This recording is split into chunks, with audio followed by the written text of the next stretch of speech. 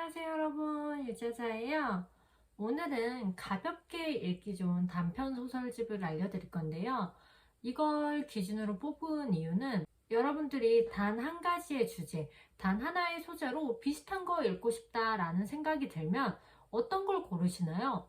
대부분 그냥 장르 소설이나 이런 데서 찾아보실 텐데요. 그럼 보통 장편 소설일 거예요. 하지만 이 소설은 단편 분량으로 들어가 있고요.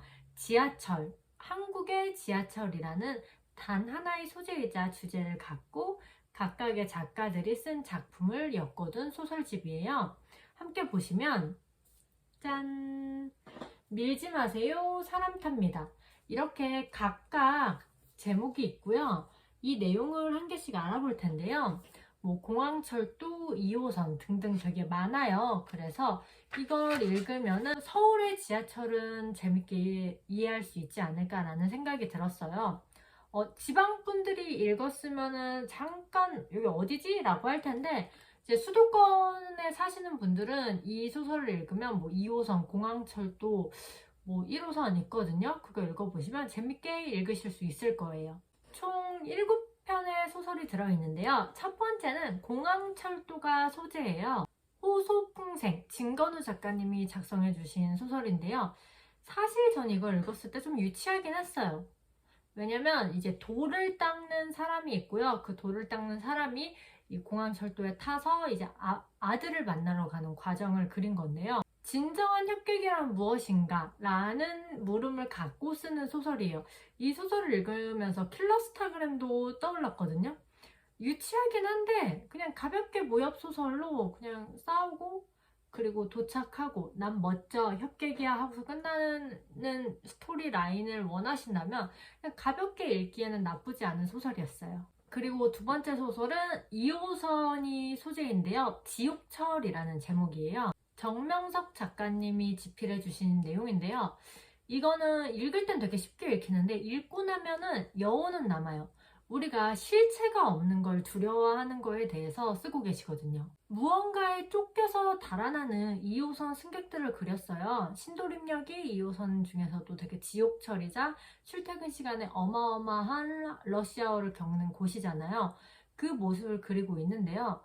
아무도 이 실체를 보지 못했지만 누군가 뛰고 비명을 지르니까 함께 뛰는 거예요. 여러분, 제3의 법칙 아시나요? 3명이 뒤를 돌아보면 나머지 사람들도 전부 뒤를 돌아본대요. 그렇기 때문에 3명이 무서워하고 달리니까 나머지 사람들도 달리기 시작하는 거죠. 실체는 없지만 분위기가 형성되면 그거는 어쩌면 사실이거나 진실이라고 믿어버릴지도 모른다는 걸 보여줬어요. 이게 어쩌면 소문의 악용을 보여주기도 했고 실체는 없지만 사람들이 믿어버리는 형상을 그려내는 소설인 것처럼 보이기도 했어요. 그리고 6호선 버뮤다 응암지대의 사랑, 조영주 작가님이 집필해주신 책인데요. 저는 얼마 전에도 6호선을 탔는데 이게 이렇게 도는 라인이거든요. 이렇게 써있길래 그냥 그런가 보다 했는데 우리가 지하철역을 지나갈 때 똑같은 역이 있더라도 이쪽으로 가고 이쪽으로 내려오는 노선이 이렇게 따로 있잖아요. 하지만 응암역에서 역촌 이렇게 뭐 불광인가 이렇게 지나가는 라인이 있거든요. 그거는 양방향으로 다니는 게 아니라 단선 노선으로 단방향으로 돌아서 나오는 거래요. 그러니까 즉 그 동그라미 안에 들어가면은 한 방향으로만 가야 된다는 걸 상징적으로 보여주더라고요. 저는 이 소설을 읽으면서 처음 알았어요. 그래서 저는 서울에서 살지만 이 내용을 처음 알아서 되게 흥미롭게 이런 부근이 있구나, 이런 지하철 라인이 있구나라는 거를 처음 알게 돼서 되게 좀 재밌었어요. 그리고 중요한 게 사랑이라는 단어가 들어가잖아요.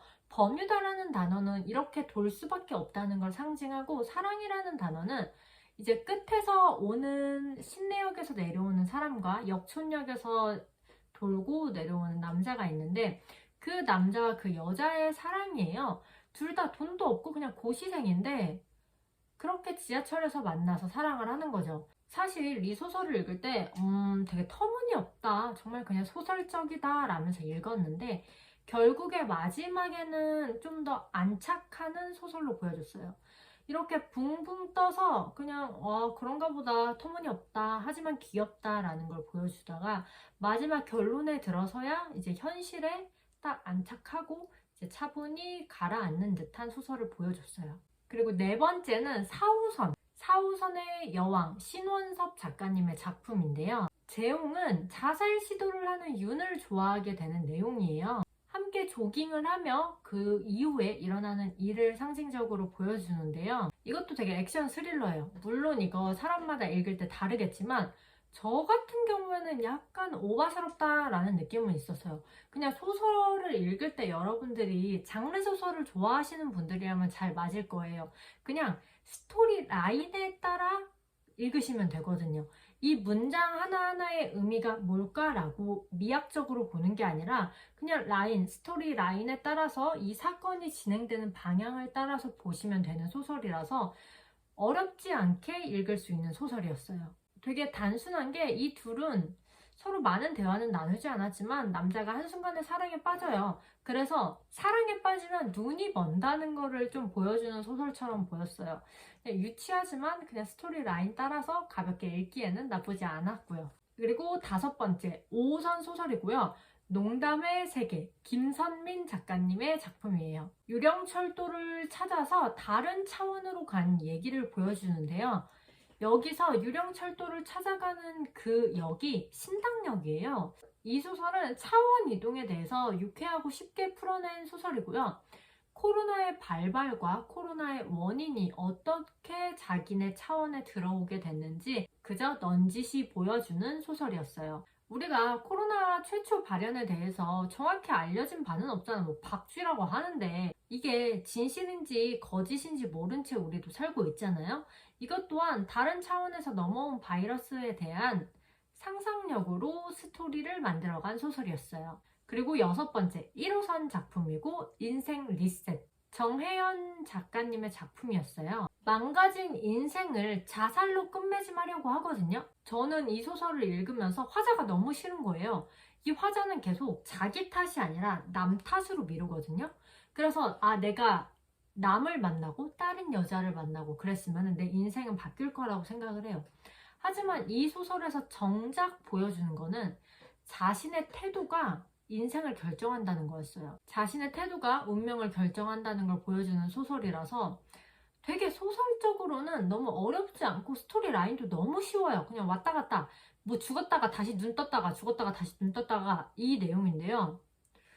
정작 여기에서 주고자 하는 메시지는 되게 무거워서 저는 여기 있는 소설 중에서 가장 인상적이었다고 말하고 싶어요. 남에게 운명을 맡기던 중구도 실제로는 자신의 태도가 문제였고 자신의 태도가 운명을 결정한다는 것을 이 소설에서 보여주고 있었거든요. 그리고 마지막 3호선 쇠의 길, 정명섭 작가님의 작품인데요. 노숙인들이 어린이 예인을 구하러 이제 지하철 철도에 들어가는 과정이에요. 정명섭 작가님은 이전 소설인 지옥철에서도 보이지 않는 것에 대해서 설명을 하고 있었잖아요.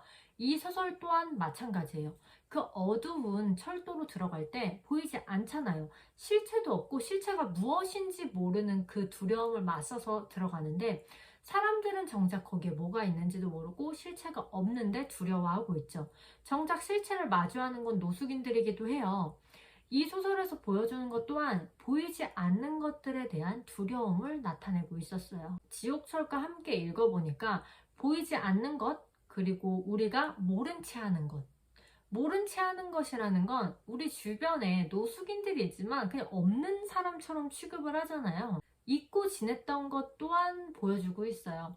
지옥철도 마찬가지로 우리가 뭘 위해서 일을 해야 되는지 그거를 잊고 지낸 것도 넌지시 생각하게 됐거든요. 사실 정명섭 작가님의 소설 단 한 가지만 읽었으면은 어떤 의도로 썼는지 이해하기 조금 어려웠을 것 같아요. 근데 이렇게 두 가지 소설을 읽고 나니까 이 작가님이 무엇을 보여주고자 했는지 그게 독자의 입장에서 다가왔어요. 여러분들이 소설책을 고를 때 단 한 가지 소재로만 된 걸 보고 싶다면 이렇게 들녘 출판사께 장르 소설이 되게 많아요. 이 소설이 스토리 라인은 흥미진진한데 문장이 어렵거나 미학적인 부분은 되게 적거든요. 그래서 처음에 소설을 시작할 때 읽는 사람들은 단 하나의 지하철인 소재를 이렇게 풀 수가 있구나라는 걸 이해할 때 이렇게 여러 작가가 쓴 소설집을 읽는 걸 추천드려요. 그러면 오늘은 밀지 마세요. 사람 탑니다. 지하철 소재의 작품집을 알아봤고요. 그럼 우리는 다음 시간에 만나요. 안녕!